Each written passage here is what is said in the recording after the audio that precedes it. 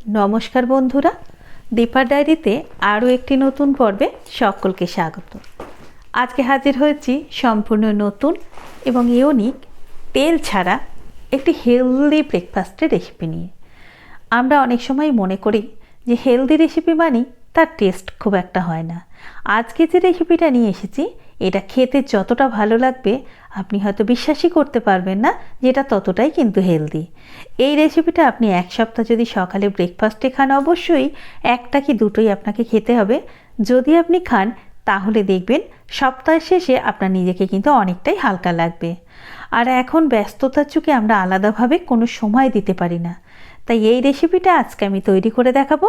সঙ্গে থাকুন আর সম্পূর্ণ রেসিপিটা দেখার অনুরোধ রইল। দেখতে দেখতে যদি ভালো লাগে প্লিজ ভিডিওতে একটা লাইক দেওয়ার অনুরোধ করলাম। চলুন শুরু করি আজকে রেসিপি।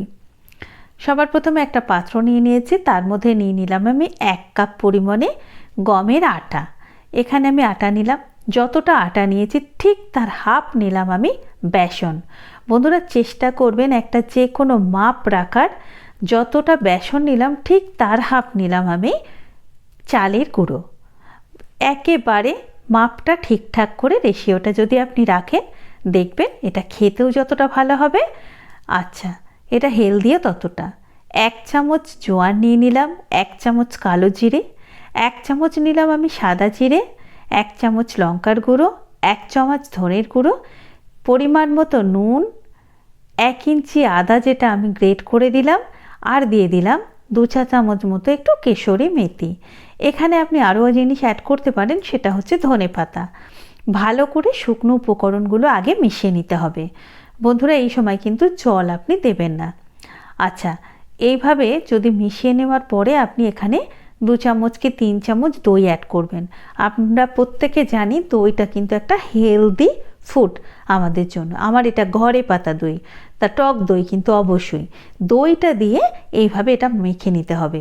বন্ধুরা অনেক সময়ই ময়ন দিলে দেখবেন রুটি বা পরোটা করলে সেটা খুব নরম হয়। এইভাবে দই দিয়ে যদি মাখেন আপনি তেল ছাড়াও কিন্তু রুটিটা বা পরোটাটা অনেকক্ষণ ধরে কিন্তু এটা নরম থাকবে। তারপরে ভালো করে যখন দইটা মেশানো হয়ে যাবে তখন অল্প অল্প জল দিয়ে যেভাবে আমরা রুটি পরোটা করি একটু নরম করে করে মেখে নিতে হবে। আর এই মাখাটা কিন্তু একটু সময় ধরে মাখবেন। যত বেশিক্ষণ মাখবেন এটা কিন্তু যে ডোর যেটা তৈরি হবে সেটা কিন্তু খুব স্মুথভাবে হবে এবং নরম নরম হবে, যেটা আমাদের খেতে কিন্তু বেশি ভালো লাগবে। এইভাবে মেখে নিলাম। মেখে নিয়ে এবারে 10 থেকে 15 মিনিট এটাকে রেখে দেবো। আচ্ছা এটা যখন 10-15 মিনিট রাখা থাকবে, অন্যদিকে আমি এখানে একটা চাটনি তৈরি করব। এটাও কিন্তু আমি তেল ছাড়া করে নিচ্ছি। একটা মিক্সার গ্রাইন্ডার নিয়ে নিলাম, তার মধ্যে কিছুটা ভাজা ছোলা দিলাম, কিছুটা দিয়ে দিলাম আমি বাদাম, একটু নারকোল, কাঁচা লঙ্কা, সাথে দিয়ে দিলাম আমি 2 চামচ দই, টক দই, আর হচ্ছে একটু আদা, পরিমাণ মতো একটু নুন দেবো, আর সামান্য ধনে পাতা আমি দিয়ে দিলাম। এখানে যদি আপনার কাছে পুদিনা পাতা থাকে অবশ্যই কিন্তু আপনি পুদিনা পাতা দিয়ে দেবেন। আমি এখানে কোনো রকম কোনো চিনি বা তেল বা মানে তরকা কিছু আমি এখানে দিলাম না। এটা আপনি শুধুই খাওয়া হবে। আর যদি কেউ মনে করে থাকেন যে এটাতে একটু তরকা দেবেন তাহলে একটু কারি পাতা দিয়ে তরকা দিতে পারেন 1 চামচ তেল দিয়ে। আমি যেহেতু এটা তেল ছাড়া তৈরি করেছি তাই আমি এখানে কোনো তরকা দেব না। এরপরে যে ডোটা ছিল সেটা থেকে লেচি কেটে নেব। ছোট খুব বেশি বড় লেচি আমি বানাবো না, যেহেতু এটা ডায়েটের জন্য বানানো হচ্ছে তাই লেচিগুলোর পরিমাণ 30 থেকে 35 গ্রামের মধ্যে থাকবে। এরপরে একটা করে লেচি নিয়ে একটু করে শুকনো আটা দিয়ে এগুলোকে বেলে নিতে হবে। আর হ্যাঁ, এটা যখন বেলবেন বন্ধুরা, এটা কিন্তু আমরা সাধারণ নর্মাল যে রুটি বা পরোটা বেলে থাকি ততটা সমান কিন্তু হবে না, যেহেতু এখানে চালের গুঁড়ো আছে, বেসন আছে, তাই একটু অসমান হতে পারে। বাড়িতে খেলে তো কোনো রকমভাবে কোনো অসুবিধাই নেই। তবু যদি আপনাদের মনে হয় থাকে দেখতে সৌন্দর্যের জন্য একটা বড় সাইজের বাটি বসিয়ে নিয়ে আপনি কিন্তু এটা কেটে নিতে পারেন, সেক্ষেত্রে দেখতে ভালো লাগবে। তাছাড়া কিন্তু আর কোনো কিছু নয়। এই রকমভাবে দেখুন, এইরকমভাবে বেলে নিয়েছি। এটা পাতলা পাতলা করে আমি বেলে নেব। আর যারা এইভাবে তৈরি করে তেলে ভেজে খেতে চান সেটা খেতে পারেন, সেটাও কিন্তু ভীষণ ভালো লাগবে খেতে। আমি যেহেতু শুকনো করেই এটা ভাজবো, তারপর একটা নন স্টিক প্যান দিয়ে দেবো। প্যানে নর্মাল আমরা যেভাবে রুটি তৈরি করি সেইভাবেই করে নেব। এখানে আমি একটা করে করছি, আপনারা চাইলে কিন্তু দুটো করে করতে পারেন, বেশি একসাথে দেবেন না, তাহলে পুড়ে যেতে পারে। এরপরে একদম রুটি যেভাবে ভাজা হয় সেভাবে ভেজে নিয়ে হাফ চামচ মতো ঘি এক একটাতে দিয়ে দিলাম।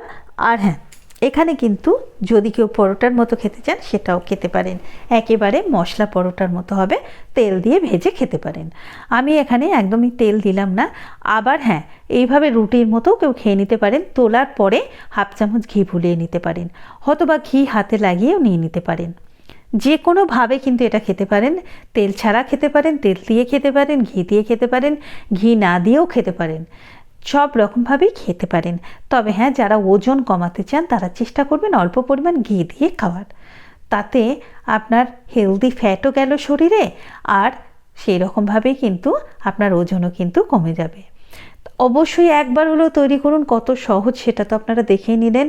আর ভিডিওটা যদি ভালো লাগে তাহলে অবশ্যই করে ভিডিওতে একটা লাইক দেবেন, বন্ধু বান্ধব আত্মীয় পরিজন সার্কেলে ভিডিওটা শেয়ার করার অনুরোধ রইল। দেখুন কতটা সুন্দরভাবে তৈরি হয়েছে। অবশ্যই বন্ধুরা একবার হলেও বানিয়ে খাবেন, আর কেমন লাগলো কমেন্ট করে আপনারা জানাবেন। আপনাদের একটা মূল্যবান মতামত আমাকে ভালো ভালো ভিডিও দিতে উৎসাহিত করবে, অনুপ্রাণিত করবে। দেখুন বন্ধুরা, এইভাবে আমি সবগুলো তৈরি করে নিয়েছি। এরপর আমি গরম গরম সার্ভ করে দেব। খেতে কিন্তু অপূর্ব অপূর্ব হয়। আর এইটা যদি আপনি রেখে দেন, যেহেতু এটা দই দিয়ে মাখাটা হয়েছে না, তাই আপনারা যদি এটা হটপটে রেখে দেন অন্তত 10 থেকে 12 ঘন্টা এটা নরমই থাকবে, এটা কিন্তু কোনোভাবেই শক্ত হয়ে যাবে না। একবার হলেও বন্ধুরা তৈরি করবেন, আর কেমন লাগলো আমাকে জানাবেন। ভালো লাগলে লাইক শেয়ার কমেন্টের সাথে সাথে চ্যানেলটা সাবস্ক্রাইব করার অনুরোধ রইল। আর কোন ধরনের ভিডিও আপনারা দেখতে চান অবশ্যই লিখে জানাবেন, আমি আপনাদের পছন্দ অনুযায়ী ভিডিও দেওয়ার চেষ্টা করব। এরকম ডায়েট রেসিপি আপনাদের কার কার পছন্দ সেটাও কিন্তু আমাকে জানাবেন। আচ্ছা দেখুন, এইভাবে তৈরি করে নিয়েছি। এরপর অবশ্যই আমি একটা আপনাদেরকে কেটে দেখাবো যে এটা কতটা সুন্দর হয়েছে, হেলদি সাথে কিন্তু টেস্টিও।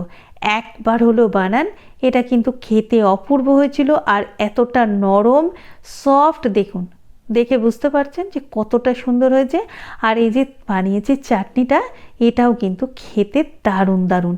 একবার হলেও কিন্তু অনুরোধ রইল যে অবশ্যই একবার হলেও কিন্তু তৈরি করবেন। দেখুন কতটা ভালো লাগছে। ওপরে একটু ধনেপাতা ছড়িয়ে দেবেন, তারপরে দেখুন এটা সার্ভ করে দেবেন। ভালো থাকবেন, সুস্থ থাকবেন। দেখা হবে আবার পরের কোনো ভিডিও নিয়ে, নতুন ভিডিও নিয়ে, একটা নতুন রেসিপি নিয়ে। এতক্ষণ আমার সঙ্গে থাকার জন্য অনেক অনেক ধন্যবাদ।